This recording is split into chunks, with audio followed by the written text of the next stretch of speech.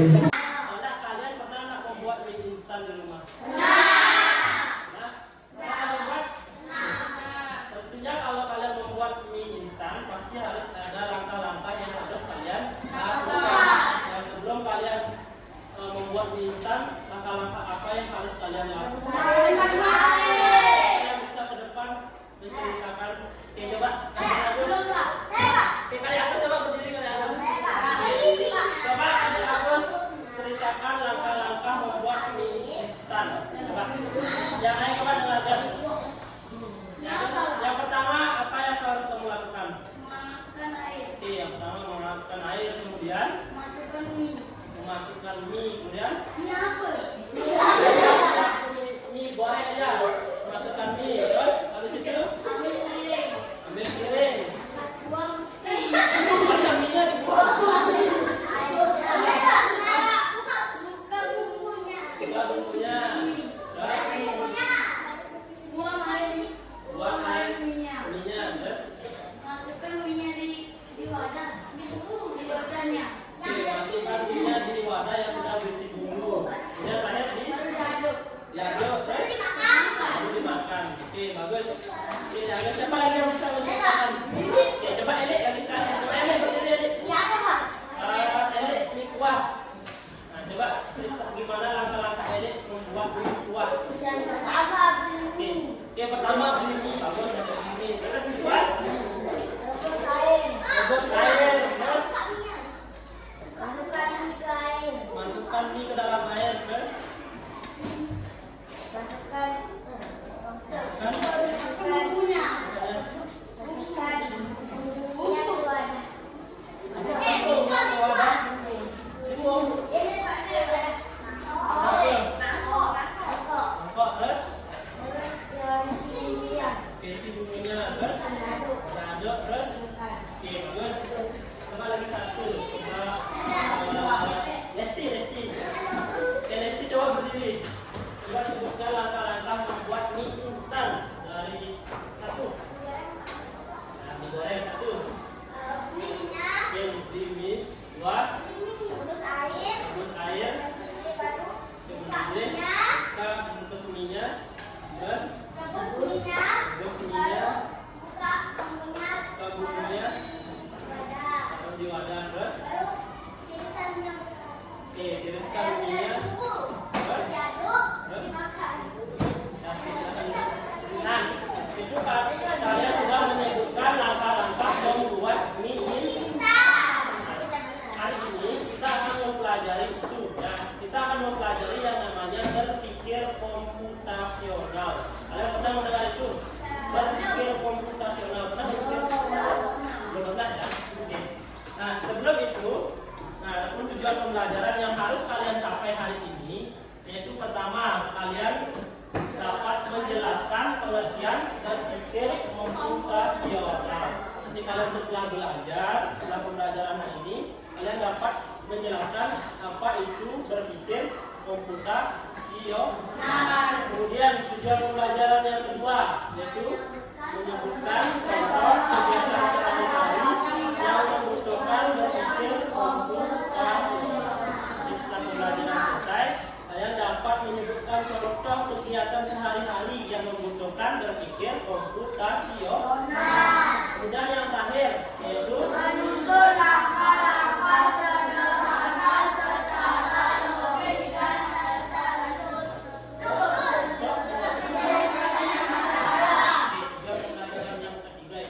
Setelah kalian selesai pembelajaran, kalian dapat menyusun langkah-langkah sederhana secara logis dan terstruktur untuk menyelesaikan masalah.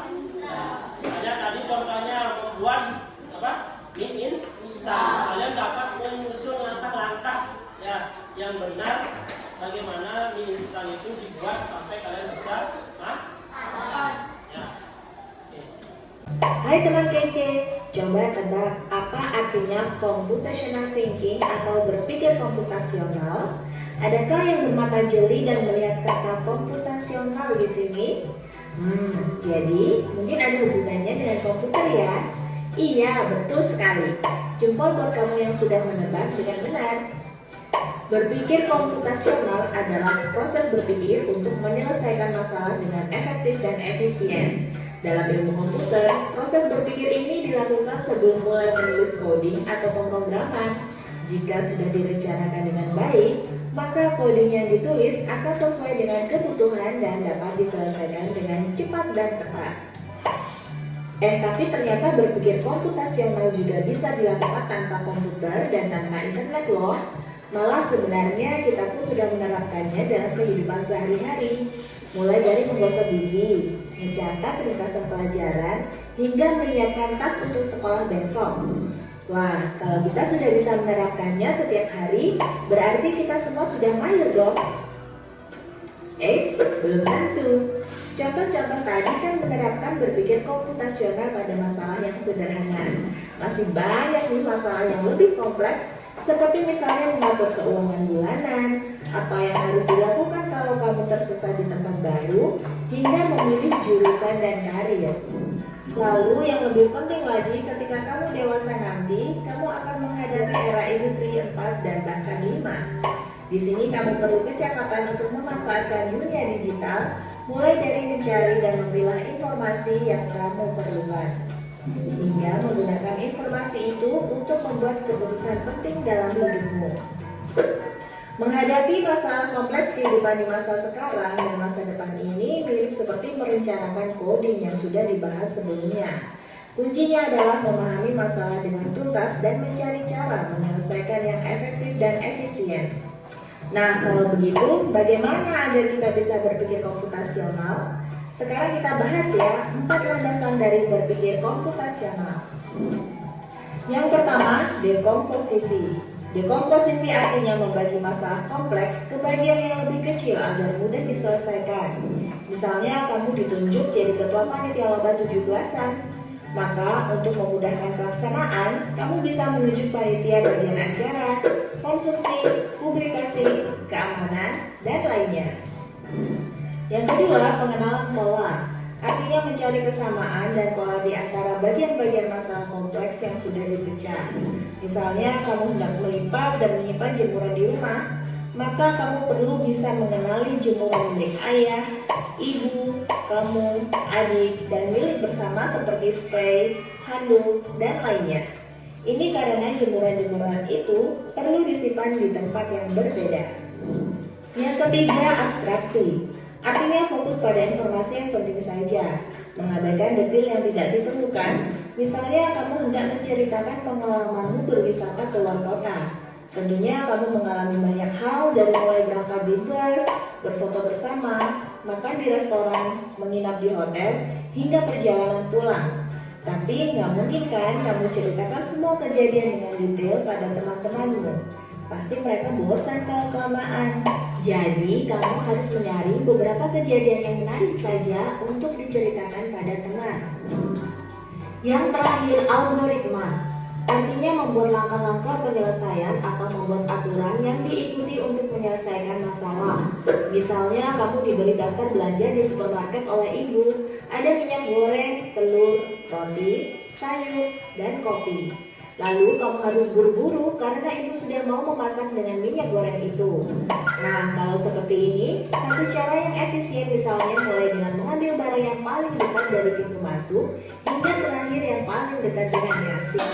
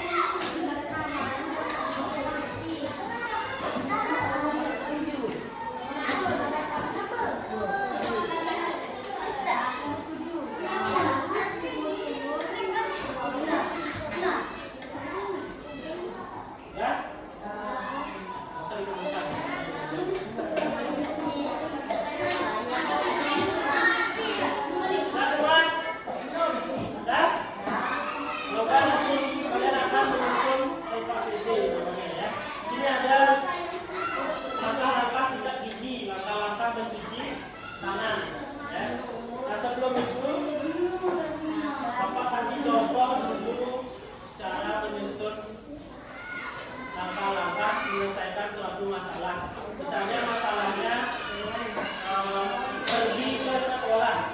Nah, masalahnya pergi ke sekolah. Langkah pertama yang harus kalian lakukan apa? Mandi. Langkah pertama kali. Bangun tidur. Bangun tidur. Mandi. Terus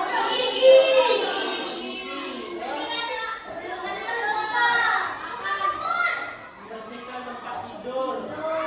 Habis itu sarapan. Nah, habis itu Ambil buku yang penting. berdoa. Setelah berdoa, berangkat ke sekolah. Itu langkah-langkah buat pergi ke sekolah. Yang bersiap pergi ke sekolah. Langkah-langkah sikat gigi. Nanti tugas kalian gunting gambar ini. Ya, di sini kan ada langkah-langkah sikat gigi. Ya, kalian gunting masing-masing, kemudian kalian tempelkan. Langkah yang pertama apa? Ya, terus langkah yang kedua yang mana di gambar ini? Ya, langkah-langkah sikat gigi. Ya, silakan mencatat di kelompoknya.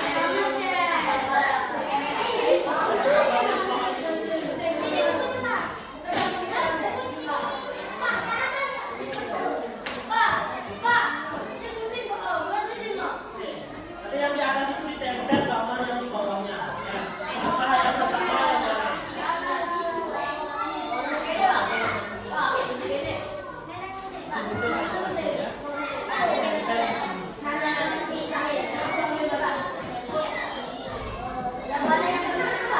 Langkah sikat gigi yang pertama yang mana?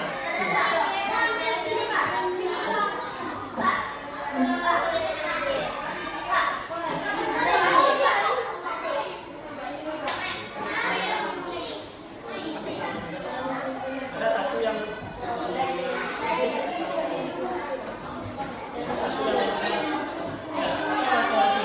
langkah satu yang mana? Langkah satu yang mana? Baca dulu supaya dibaca dulu gambarnya. Kira-kira langkah satu yang mana? Baca dulu gambarnya ya.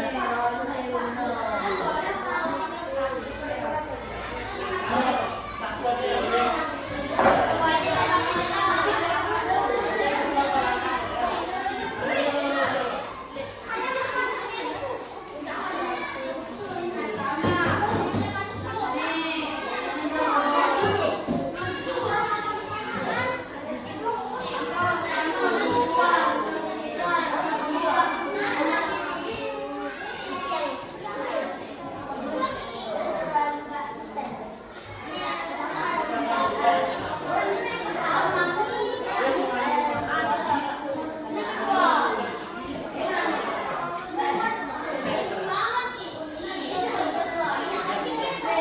Semua bekerja ya, ada yang ngelip, ada yang gunting.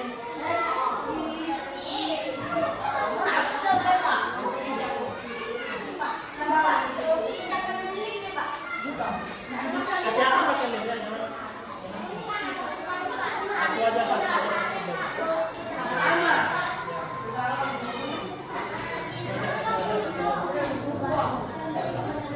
Langkah yang pertama apa? Bukan sana.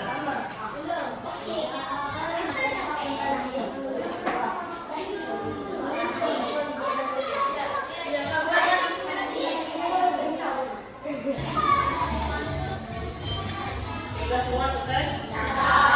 Sekarang presentasikan hasil. Ya. Kalian mengerjakan pekerjaan tadi. Apa aja? Langkah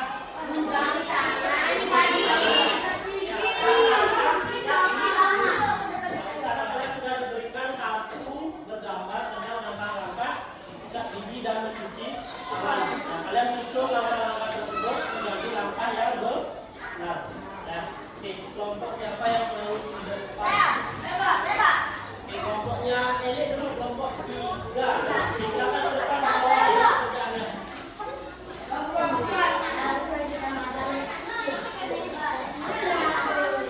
Yang lain berangkat ke depan ya. Jadi kalian koreksi sudah benar apa salah langkah-langkah dari teman-temannya. Oke, sudah.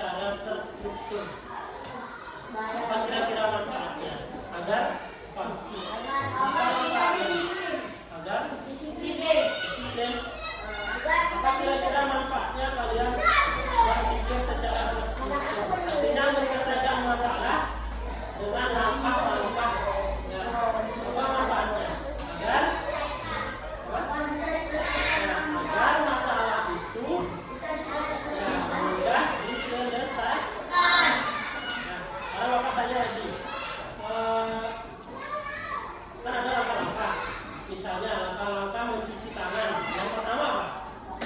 Membilas tangan. Terus yang kedua?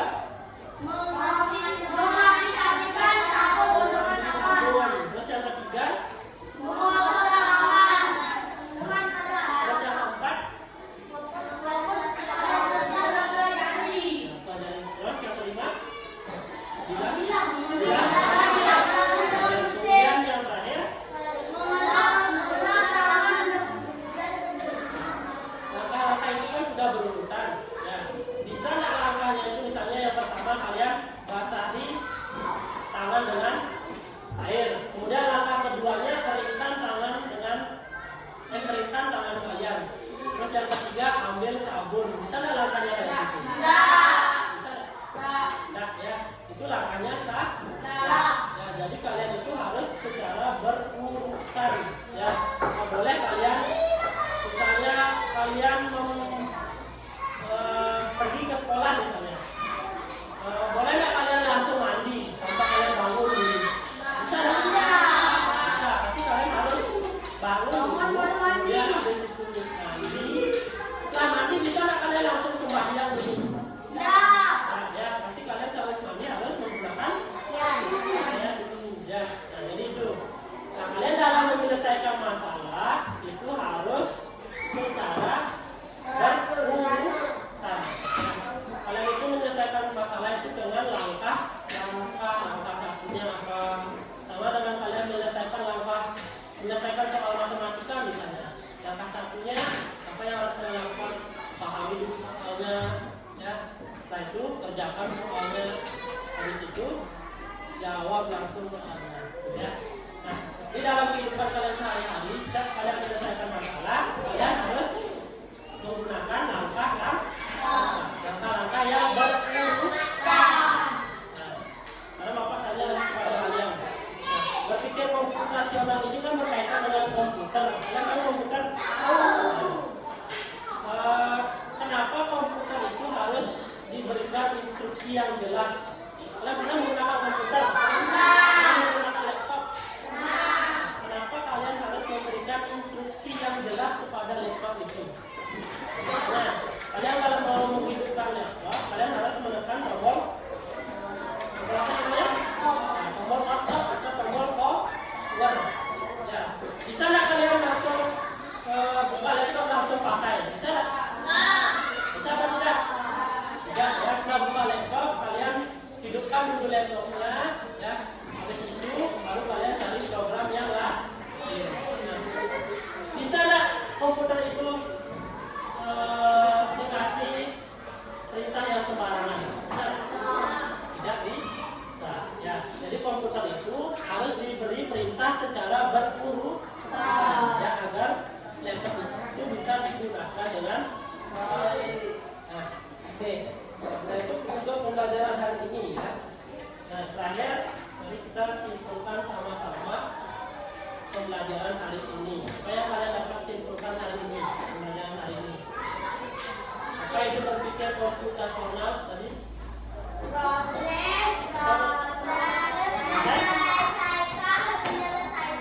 Menyelesaikan masalah dengan efektif dan efisien. Jadi berpikir komputasional adalah proses menyelesaikan suatu masalah dengan efektif dan efisien. Nah, itu tugas kalian di rumah. Punya tugas kepada kalian. Jadi tugasnya dikerjakan secara individu, ya. Di sini ada cara membuat jus mangga. Jadi kalian di rumah turutkan cara membuat jus